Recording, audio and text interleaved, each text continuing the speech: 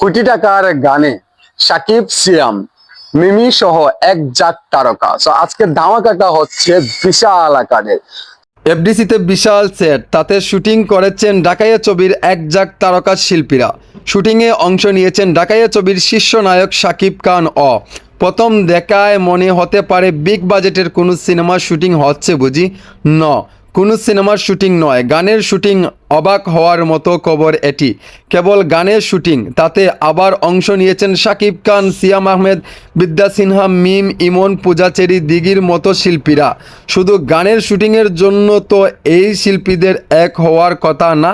তবে গানেরই শুটিং টিমের সঙ্গে কথা বলে এর সত্যতা মিলল। জানা গেল শাকিব খানের প্রতিষ্ঠান রিমার্ক হারলাইনের আসন্ন বিপিএলের যে ঢাকা ক্যাপিটাল নামের টিম কিনেছে, সেটা টিমের থিম সং শুটিং এটা। তো এই যে একটি গান, ভাই রে ভাই, কোটি টাকার গান কেমন হবে আপনারা জানেন? শাকিব খানের ঢাকা ক্যাপিটালস জিতবে এবার, কাপটা হবে আমাদের, আমরা খুবই আশাবাদী।